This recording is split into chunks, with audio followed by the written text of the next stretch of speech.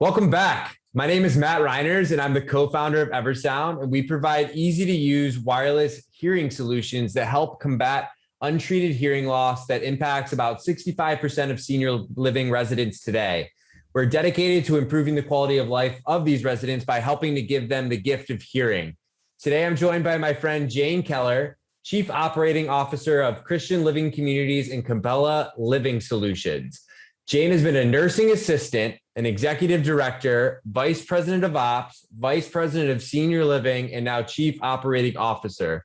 Jayne and I have gotten pretty tight over the years and is one of my top 5 people in senior living. We hit the conference circuit together and have been known to attend a jazzercise class or two, where she is an official jazzercise instructor. Thanks for joining me today, Jayne. Thanks, Matt, and thanks for having me. I'm looking forward to this. Awesome. Well, we can compare dance moves all we want here, but I figured it'd be better to talk about the elephant in the room of employee retention. How are you and your team thinking about and prioritizing employee retention today?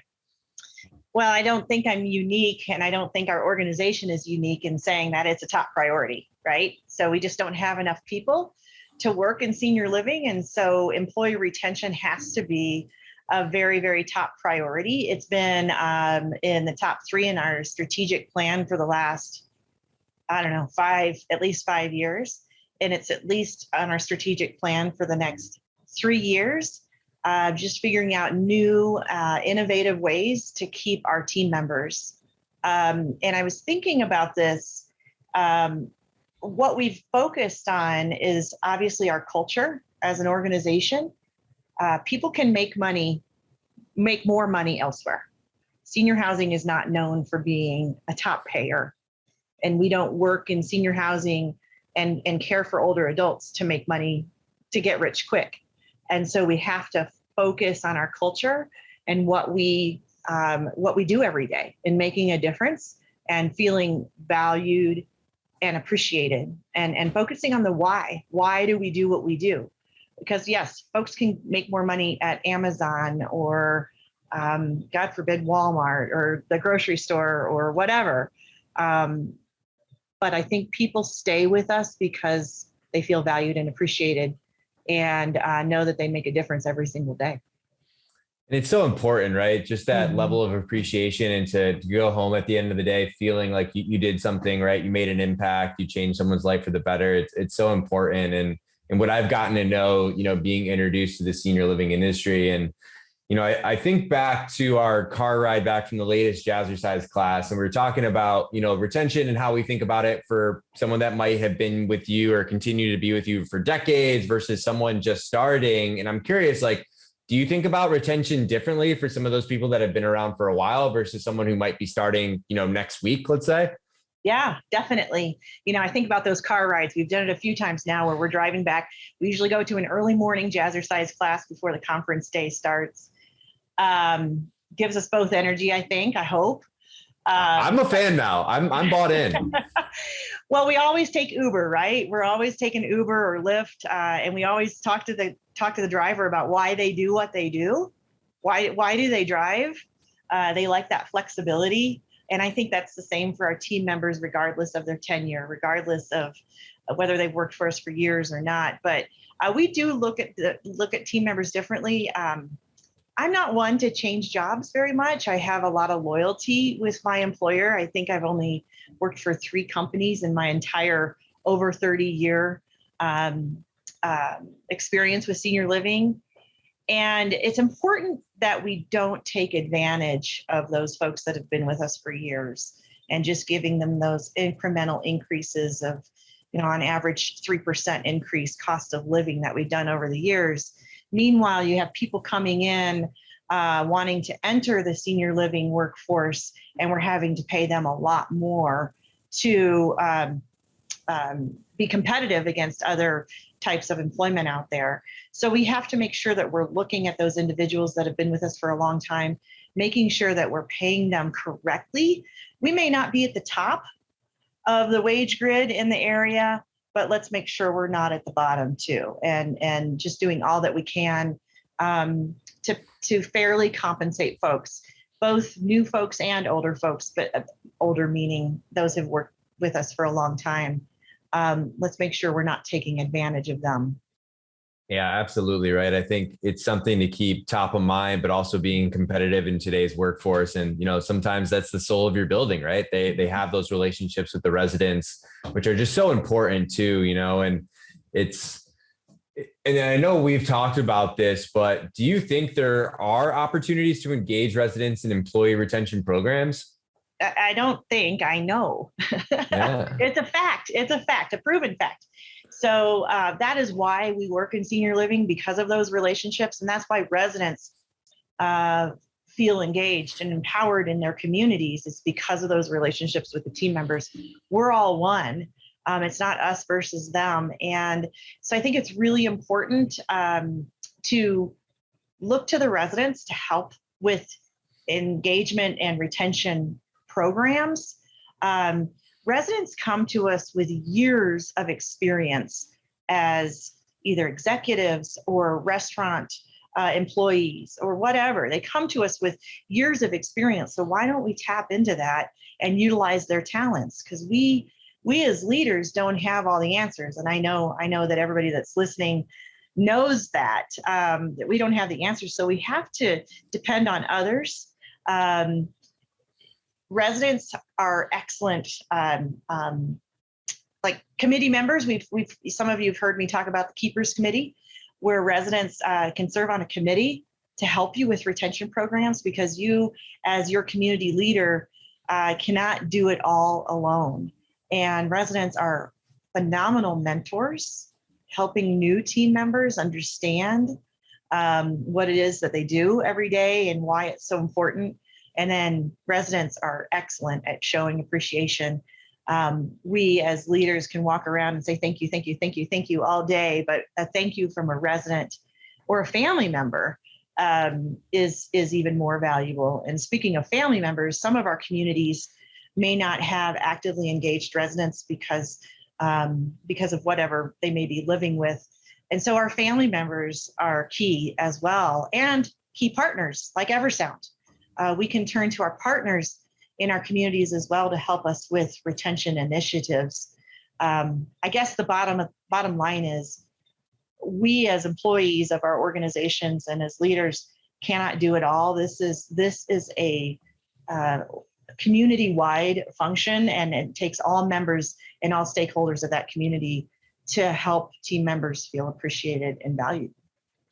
I think it's a great point too, because I think there's some people out there who kind of think of these as isolated buckets, right? In terms of the staff, the residents, the family members, and even the leaders, and really trying to incorporate that all together, because it is a community, right? It's everybody kind of working towards, common goals, common purpose to improve that quality of life. And when you're able to involve people, it just even increases that amount of purpose across the board, which seems to be key, right? If we're not able to give everybody that huge raise that they want, but really just leaning into that purpose and setting it up to, and giving yourselves opportunities to do so. We've been calling it lately in our organization citizenship.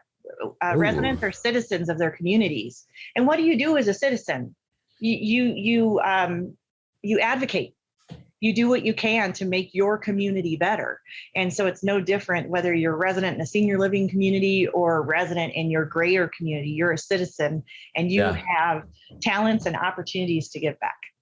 Yeah. So it's not so much of like what your country can do for you, but what you can do for your country, but right. Not what your community can do for you, but what you can do for your community. That's perfect. I like that. You can take that, put it up on a wall. I'm going to take this recording and transcribe it word for word. I love it.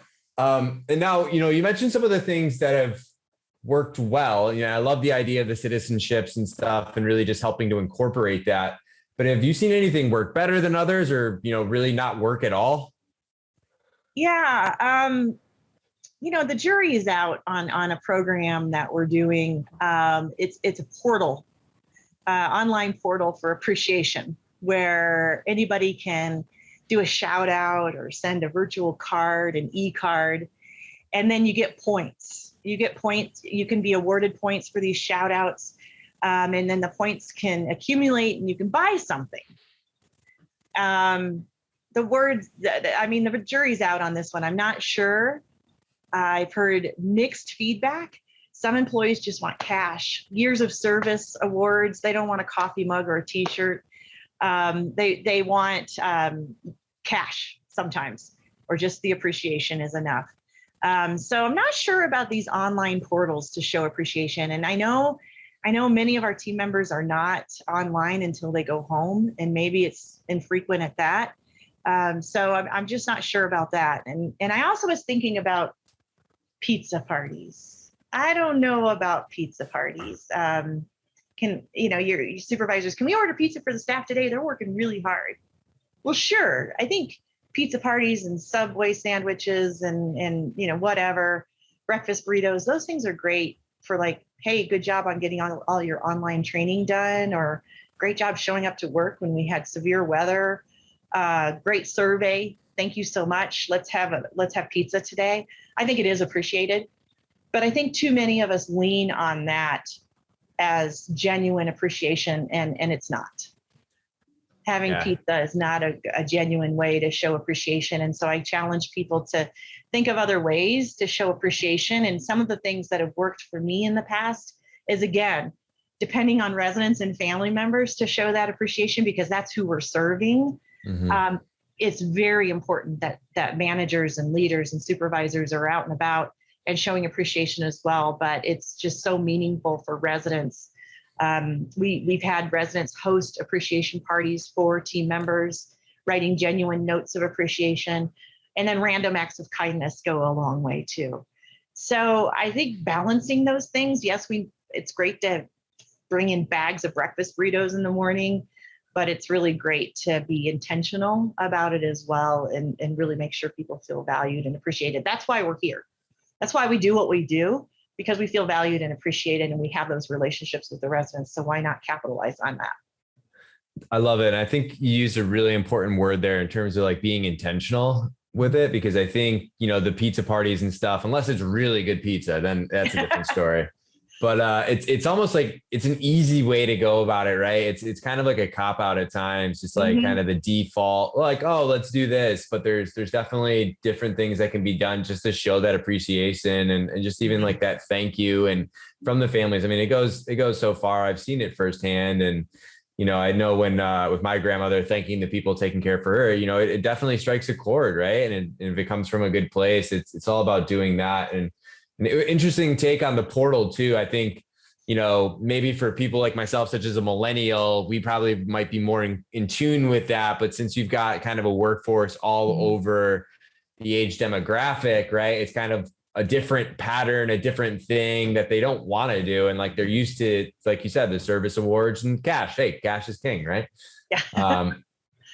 No, I think it's all really good stuff, Jayne. And, I know you've probably have seen it all in this industry of your, 30 plus year career in senior living. You're one of the people that really do care for the residents. It shines off of you. But if you could give other providers just like 3 guiding principles as you think about the next 12 months, what would you say?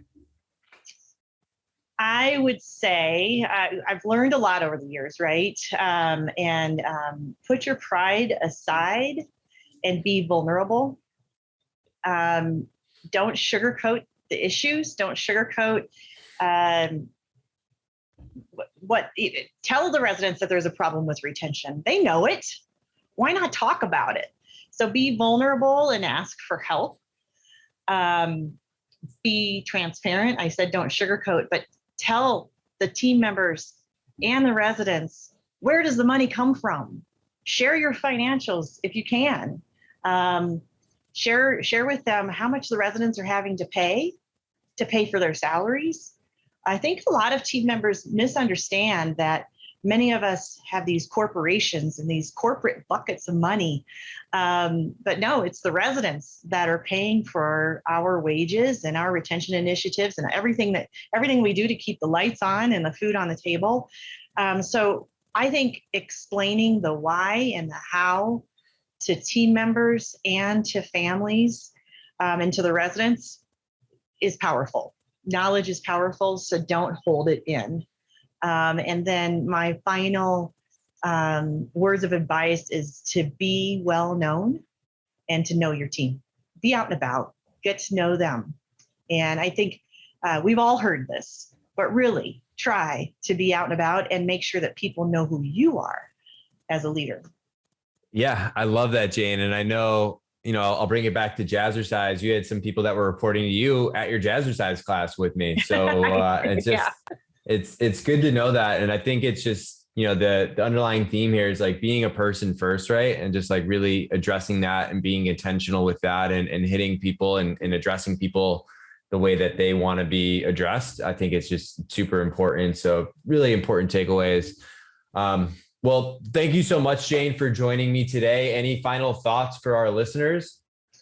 I don't have all the answers, and retention is a tough thing right now, just with our workforce crisis that we're in right now. And so as folks listen to this, I hope that people add their 2 cents in the comments about what they've learned and what they can bring as well, because it takes all of us together to make this profession and senior living, working in senior living, the best it can be. So I look forward to what other ideas people have.